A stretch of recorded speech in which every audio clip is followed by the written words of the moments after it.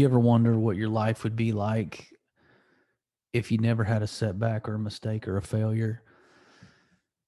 I got to tell you, uh, I wouldn't have much of a story if I couldn't talk about the failures and the mistakes, the self induced trauma that I've brought on myself and the people around me in the past, just poor choices, poor lifestyle, poor habits, selfishness. So today I want to talk a little bit about failure. So that's why I call it F word wisdom.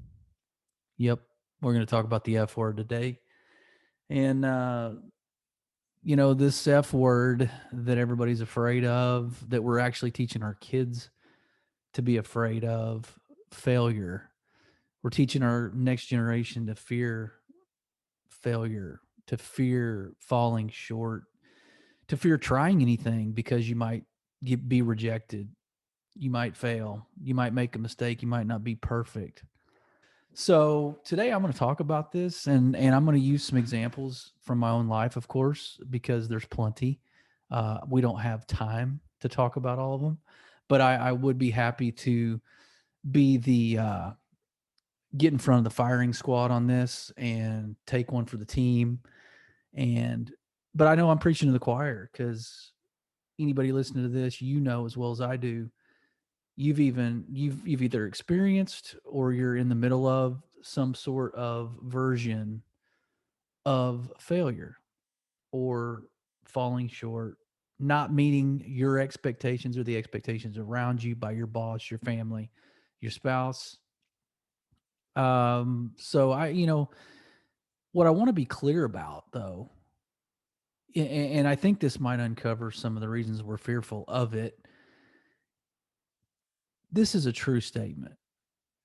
Failure is a temporary event, not a person or a personality or a character trait or an attribute, a quality of some. It's not, it's an event, a temporary, mind you, circumstance.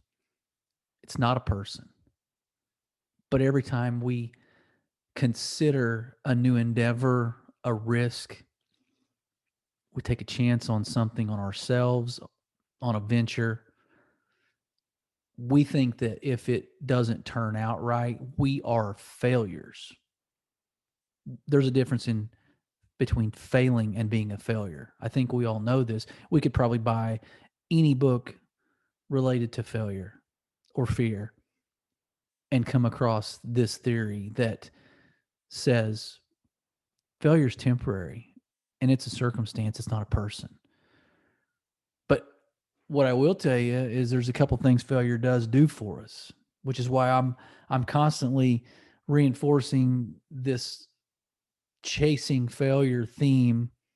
And I know I'm not unique in that. There are plenty of books and people out there speaking about chasing failure, but what I've bought into is I think we start to learn more about ourselves when we step into the realm of opportunities that might present failure to a degree.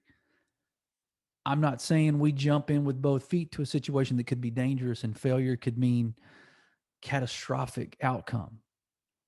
I'm not saying that, of course. We want to live to fight another day, right? So, in this fight, speaking of fighting and battling, we live in this natural and this supernatural realm, and we're the Bible says we're fighting a battle against not flesh and blood, but against powers of darkness and spiritual realm. That's a real thing.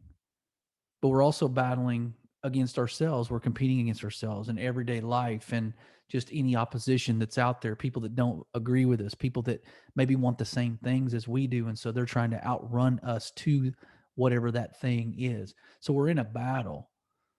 But I think the good thing about failure is that it does teach us some good things. But I'm going to talk to you today. A couple of things I want to talk about are a few ways, three to be exact, three wins through the failure lens. And I at first I want to tell you what failure does do for us. It enlightens us. It doesn't define us, right? It enlightens us. It it reveals certain things, and we're going to talk more about that. But there's this sort of aha moment once we experience failure, because obviously, and I've told people, teams I've coached, sometimes we learn more through losing than we do winning. We learn more through doing it the wrong way than we do the right way. Those are obvious reasons why that is, because we know how to make adjustments. But I think failure enlightens us. It doesn't define us. And then the second thing I think it does is it teaches us. It doesn't trap us. A lot of times in my life, especially, like, just the consideration of a possibility of a potential failure could just trap me and paralyze me and confine me in this box that would never allow me to maybe see a potential that I never knew I had.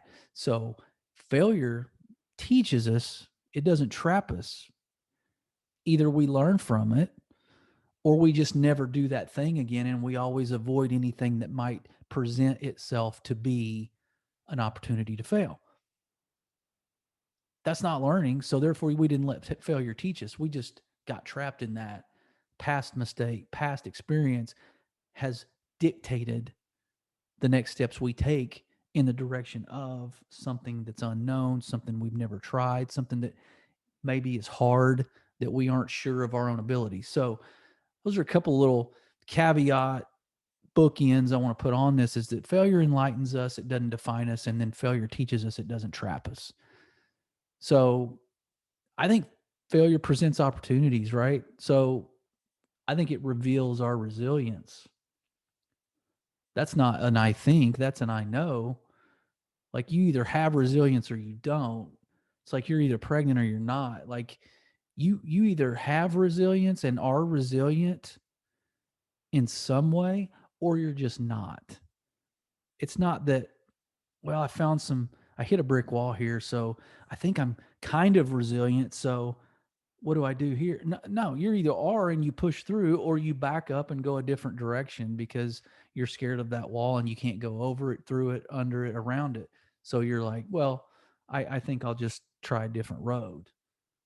That's not having resilience, and you either have it or you don't. And I think that failure reveals our strengths and our resilience, right? That fire in our belly, it determines whether it's real or not. It kind of allows us to kind of bow our neck and grit our teeth if we've got that in us. And if we don't, then we cower and we tuck the tail. We basically pack up our ball and go home. And so that's what I think. One way failure presents opportunity is just reveals to us some things about ourselves. And then, along those same lines, I think it allows for growth of our skill sets. So if I'm trying to do this podcast, and man, the first few, let's say, they fell flat on their face, quality wise, content wise, just rhythm and style, and just a flow, like, that wasn't in my skill set initially. Nobody's born with that. Sure, there's some conversational qualities that are just kind of innate or learned over time that we refine those, but in a particular setting like a podcast, like, that's new to me. So I probably fell flat on my face. If I go back and watch the first 10 episodes, I'm probably going to scratch my head and go, wow, how did you keep going? Because that's pretty bad. But, I think it allowed me to build on and see things in areas where I could maybe polish some corners up, sand some rough edges, and then expand a skill set, right? We can either develop a new skill set by new things we try. Like, if I want to become a hunter, I've always fished. I don't hunt, but if I want to become a hunter, like, I got to go out and fumble through some things, right? Make sure my gun's on safety, of course, through that. But there's some skills that I have to acquire. But that's acquiring, or you can develop a skill set, right? Like the podcasting that I just said. So that's another way failure presents opportunity. And the last one, I think failure presents an opportunity. It gives us a new direction. It gives us not necessarily that we just kind of throw in the towel on this route we're on, this path we're taking, but maybe we sidestep a few landmines, but we're still going the same direction on the same road. But we know, okay, I'm going to go around this bush here, or hey, I'm going to, there's a big ditch there, so I'm going to take this route here, but I'm going to end up in the same place. I'm not going to turn around and go the other direction just because I faced opposition or a bumpy terrain. So yeah, I think failure presents opportunities. Like I said, failure teaches us, it enlightens us, presents opportunities. So yeah, let's dig in. All right, let's dig in 3 wins through the failure lens. Let's dig into this. So in my life, like I said, I'm gonna maybe jump in front of the bullet on this one for you. Although everybody I think listening understands the F word. So hopefully I can bring some F word wisdom to you. Or the title of this podcast is janky and uh, invalid. All right, so the first one I would call audacity. And I'm going to hit you with some audacity, some audible, and some audience. Those 3 wins. Okay, I gave them to you a little ahead of time. But audacity, okay, it's a boldness, right? It's this willingness to just kind of be out there and get out in front and boldly, I say conquer, but boldly progress and move forward. So during failure, we've got to have some audacity in us. Like I said earlier, that fire in our belly, maybe that kind of bow in our neck, and digging a little deeper to see what we're about, see what we're made of, right? That competitiveness factor should kick in. Now, it hasn't always, but in aspects of my life where I've failed, I mean, I've had some major failures in my marriage. I've had some major failures in my professional life. Some failures maybe even in my spiritual life, if you count disciplines that I was inconsistent to execute, devotional time, praying, reading, interacting, discipling, fellowshipping with other godly men. Like those things I consider failures if we base them on a criteria that we know is biblical and uh, just in that spiritual realm that we talked about earlier, that that scoreboard there that we're keeping within ourselves. But so the competitiveness in me, in regards to my marriage and some of the failures in that, I did it wrong for so many years, and I still continue to kind of look back and step out of a situation and look in and go, wow, what really 26 years you hadn't learned not to say that, or you hadn't learned how to be a little bit more selfless in this situation. It's not about you. So again, progressive sanctification says that we're always trying to move the ball down the court, right? We're always trying to get down range. For all you hunters and firearm guys out there, we're trying to get down range. We're trying to be better, not perfect, but better. So I had to dig into this competitive nature in me that says, look, there were times when my marriage probably could have failed. God bless my wife for hanging in. But, there were times where I had to feel like a competitive spirit had to kick in within myself to be like, dude, you're your own worst enemy. You got some things you got to conquer and overcome within yourself, right? So, and again, like I said, the enemy, the devil would love nothing more than to kill a godly marriage. So, competitiveness, right? The audacity factor here. This is number one, is audacity. So the second part of this underneath is it's this boldness to break through. So we've got to be bold, in line with the audacity component. We got to be bold, and we got to know that the more we keep our head down and the more we forge ahead and we persevere, the better chance of a breakthrough that we have. This failure thing will rear its ugly head. We've got to expect that. The boldness in us and the audacity factor says, I know that there's a chance I could fall short here. But as soon as I feel that, number one, I'm not shocked. Number two, I'm prepared. I'm prepared to buckle down and go. And that's where the breakthrough happens, but you got to be bold to do that. Like I have to be bold in my life to sit down with my wife and go, let's talk about some issues here, or let's deal with this, because this is what I did, and this is what I said, and this is why I said it, and you took it this way, and this kind of thing. So that's just basic communication 101. But I'm saying we we can break through if we're bold enough to look at ourselves, acknowledge some things, get honest, get in the mirror, be humble enough. And, I think humility requires boldness. That might be counterintuitive, but I think that there's some similarities and some parallels there for sure. Humility is not easy, but breakthrough comes on the other side of that. So then the last one here underneath audacity is we gotta hate to lose more than we love to win.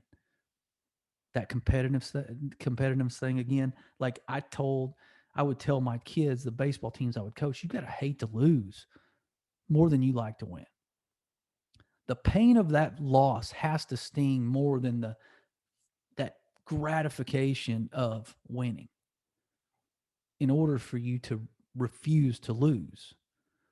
And that's some of the audacity and the boldness of us have got to we've got to go into the situation, and when failure comes at us and something doesn't work out, or rejection, or even, I don't even know if betrayal falls into this, but anything somebody does to us too, if it causes us to fall short of an expectation, let me just say that needs to be a time where we stand up and go, this is not going to affect the long game for me. I'm still forging ahead. The breakthrough is coming because I hate to lose more than I love to win. So, guess what? I'm not surprised by failure.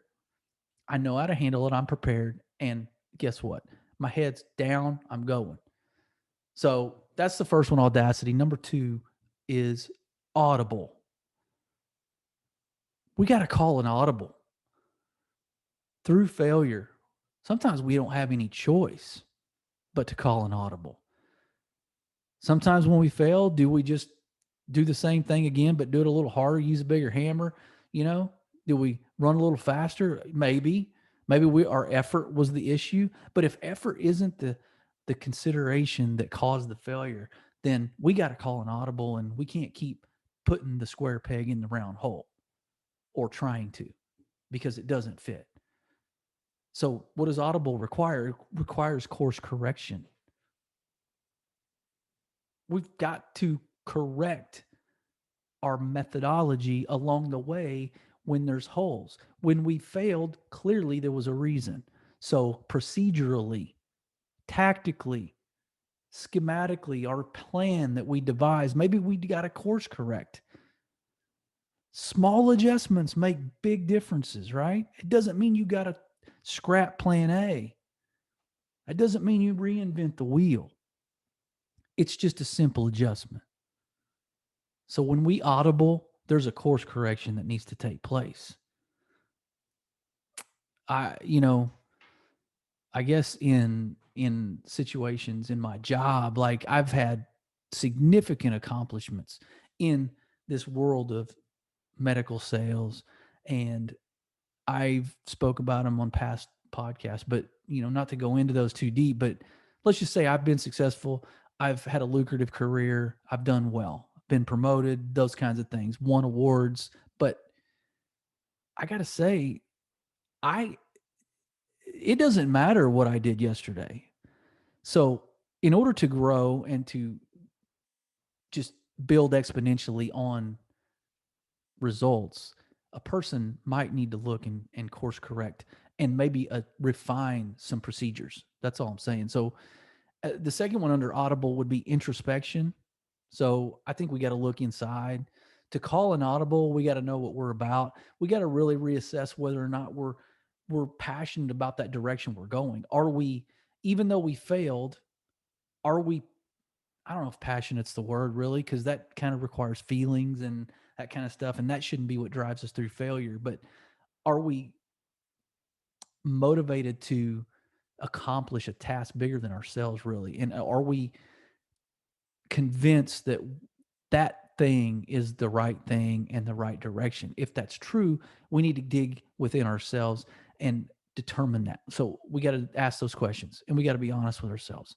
Calling an audible doesn't mean you've totally abandoned ship on the vision at all.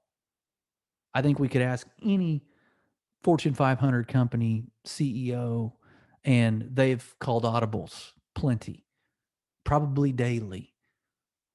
We know sports teams do it all the time. Football teams do it at the line seconds before the play starts. They get out there, they had a vision, they see something that doesn't look right, that's going to impede their progress. They make an adjustment audibly, right? It's an audible. They change the play to maybe, so they can realize success. And so I think introspection is a big part of this. The course correction is a big part of it. The last one on audible is deflection. We got to create some deflection, some resistance within us to negativity and fear. We've got to deflect some of these emotions that are within us, some of them that come from other people. Got to deflect those. We can't listen to voices like people watch us fail. They see it. Some would even say some people welcome when other people fail. Like they're looking for that. People are wanting other people to fail just because people like to see the car wreck on the side of the road. So people are watching how we fail. Not if, but how. Especially the people within our four walls that we're trying to lead, and they see that we come across a mistake or a failure, they want to see how we react. And guess what? They're going to emulate. Our children are going to emulate what we do with fear or failure. So we got to deflect negativity, deflect fear from other people, outside voices, people that are watching us, seeing what we're up against. So how do we deflect that situation? We have to just refuse to buy in to that. Deflection is what it is. It's refusing to absorb, ingest, digest any of that negativity or fear. So it's bouncing off of us, right? It's bulletproof glass is what we've got to have rise up within our spirit to deflect those things that will eventually prevent us from walking through this fear and the breakthrough we talked about earlier. We will. If we buy into some of those voices, negativity and fear, we will turn around and go the other way. We will quit. So that's two. So I've talked to you about audacity, about making an audible, and then finally is audience. We all play for an audience. By play, I mean our life. We live life, our endeavors, our ventures, the things that we try are just our expeditions, the things that we try where failure might be an option. We know there's an audience. So there's a comparison trap there. Anytime there's an audience, anytime we know people are watching, we're comparing to the people around us.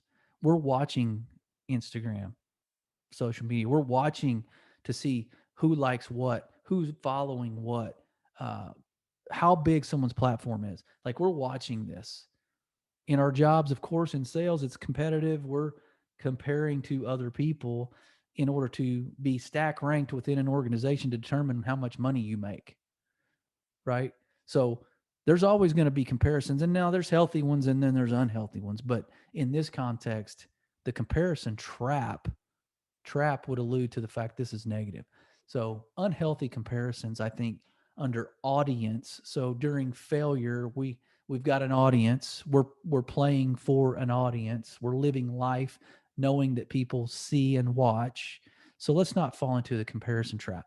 The second one would be define a purpose bigger than you. So if I know that I could have eternal value or impact in the kingdom of God by a podcast, a post, a book I write, the way I lead my family, the way I love my wife, the way my kids see me love my wife, if I know that those have eternal value because downstream there are people, generations could be impacted from something, one thing that I do or say, that purpose is bigger than me.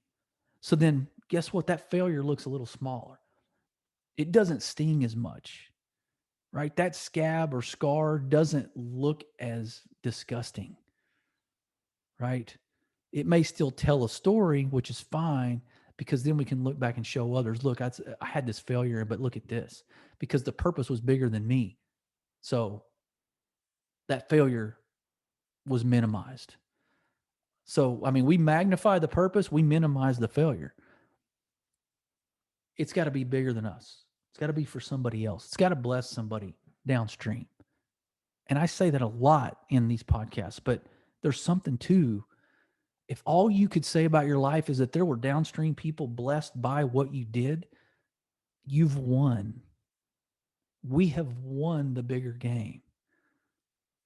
So that's the second one under audience. And the last one under audience, who or what are you playing for? We hear about audience of one. My audience of one, obviously, and for all believers, should be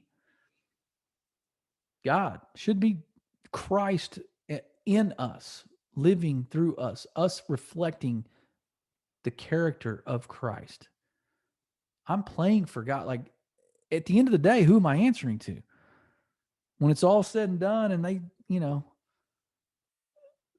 the whistle blows on my life, I'm accounting for my life in front of the Creator. Like, that's who I answer to.